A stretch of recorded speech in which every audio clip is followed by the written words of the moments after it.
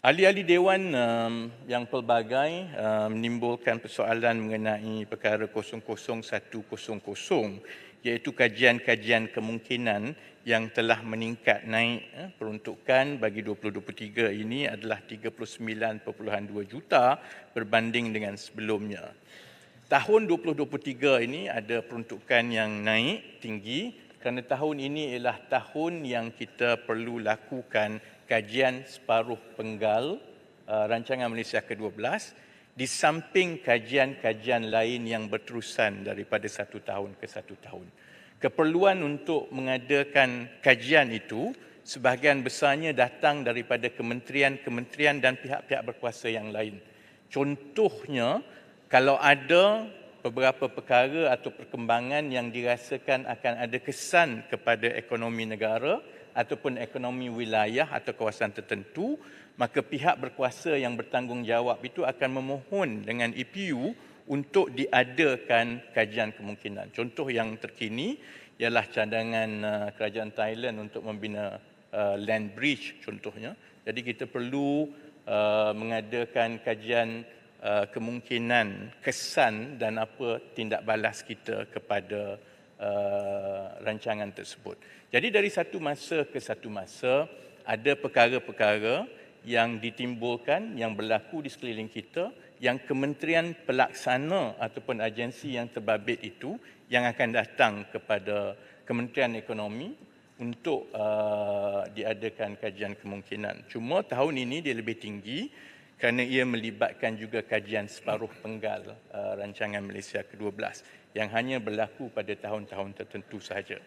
Sebahagian besar daripada kajian-kajian ini dibuat dengan institusi antarabangsa, terutamanya seperti Bank Dunia, kecualilah kalau ada kemahiran-kemahiran tertentu yang unik dan khusus yang hanya sesetengah kumpulan atau pihak sahaja yang boleh lakukannya. Yang Berhormat, sikit. Ya. Boleh bagi maklumat sedikit berkaitan dengan bilakah agaknya kajian separuh penggal ini akan diselesaikan dan akan dibentangkan di Parlimen? Terima kasih. Kajian separuh penggal sedang berjalan. Sekarang ini di peringkat libat urus dengan agensi-agensi akan dibentangkan di Parlimen dalam sidang bulan Oktober 2023. Perkara seterusnya yang banyak Menteri, dibawa. sikit je. Tak ada apa. Ya. Saya nak tanya elok-elok. Terima kasih Yang Berhormat Menteri. Selama hari ni tak elok. Janganlah kacau, janganlah provok. Menteri dah hari ni jawab. Ulangat dah makan ubat ke belum? Yang berhormat, etik dan virtue ya. Biar sekarang Yang Berhormat Menteri tak benarkan Yang Berhormat Pendang bercakap. Yang lain tu tak perlulah. Ya. Silakan Yang Berhormat tekan. Terima kasih Yang Ketua. Terima kasih Yang Berhormat Menteri Pandan.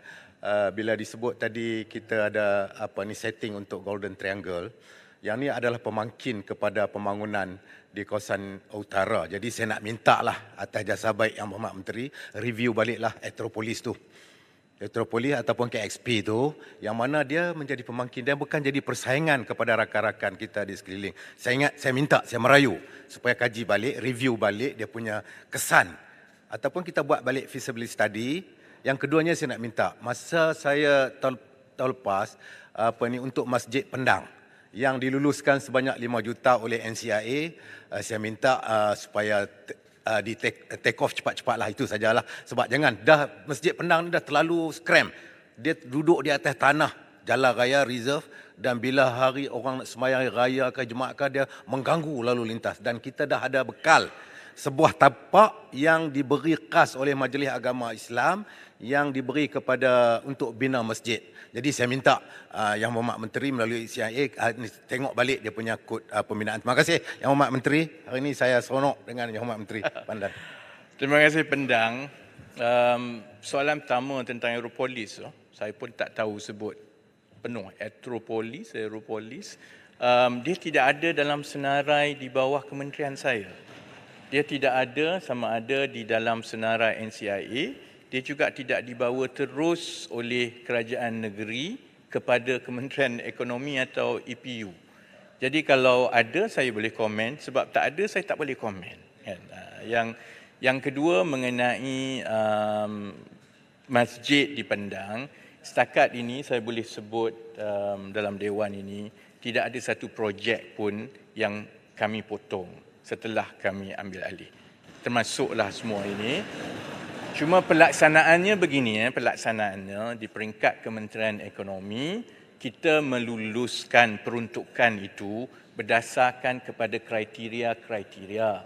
Kemudian ia diserahkan kepada agensi pelaksana. Jadi agensi pelaksana itu dalam perkara ini adalah NCIA, saya fikir NCIA, dan perkara itu dari segi perolehan, pengambilan tanah, pembinaan dan sebagainya itu akan diuruskan oleh NCIA. Baik. Macam. Okey, Yang Berhormat Menteri, terima kasih banyak atas laluan yang diberikan. Banyak tadi ahli-ahli Dewan Rakyat bertanya berkenaan dengan teraju. Jadi saya nak tanya ringkas saja, apakah Kementerian akan meneruskan pelaksanaan tindakan pembangunan Bumiputra 2030 selari dengan apa yang telah dimasukkan dalam RMK ke-12? Terima kasih. Baik, saya hanya akan jawab yang itu, kemudian saya jawab tentang perincian banci yang ditanya berkali-kali di tinggi. Untuk tahun 2023 ini peruntukan kepada teraju masih lagi tinggi. Peruntukan pembangunan kepada teraju ialah sebanyak 135 juta. Itu menjawab persoalan saya ingat daripada SIK tadi yang bertanya apakah perbezaan di antara 00108 program pembangunan dengan pembangunan koridor 00113 dengan 93500 program atau projek pembangunan. Di dalam 00108 itu adalah agensi, ada dua agensi di situ iaitu Teraju dan juga saya ingat ini MPRC, projek-projek yang dibuat oleh MPRC. Daripada situ Teraju diperuntukkan untuk tahun ini 135 juta. 100 juta ialah untuk dana kemakmuran Bumiputra dan 35 juta ialah untuk dana ekonomi baru. Kementerian sedang meneliti dengan bahagian ekuiti di dalam Kementerian Ekonomi dan juga dengan Teraju supaya kami menilai kembali keberkesanan. Kerana Teraju diberikan peruntukan yang besar daripada satu tahun ke satu tahun. Sebahagian daripada peruntukan itu tidak dapat dilunaskan dalam pentadbiran-pentadbiran yang lalu. Diberi peruntukan 100 juta, 200 juta dana tetapi yang sampai kepada penerima jauh lebih sikit daripada itu. Jadi sebab itu, saya tidak mengulas panjang mengenai Teraju, bukannya kerana kita tidak ada agenda Bumiputra, tapi kita nak pastikan perkara itu tidak berulang. Kita nak pastikan bahawa peruntukan, contohnya tahun ini 135 juta ini akan dapat dibelanjakan terus. Jadi maka proses dan juga pendekatan dan juga keseluruhan falsafah mengenai pembangunan ekonomi Bumiputra ini wajar kami teliti kembali, samalah seperti kami teliti pelaksanaan projek-projek yang terlebih dahulu untuk memastikan Berhormat dia ada keberkesanan. Menteri Sila Gulong,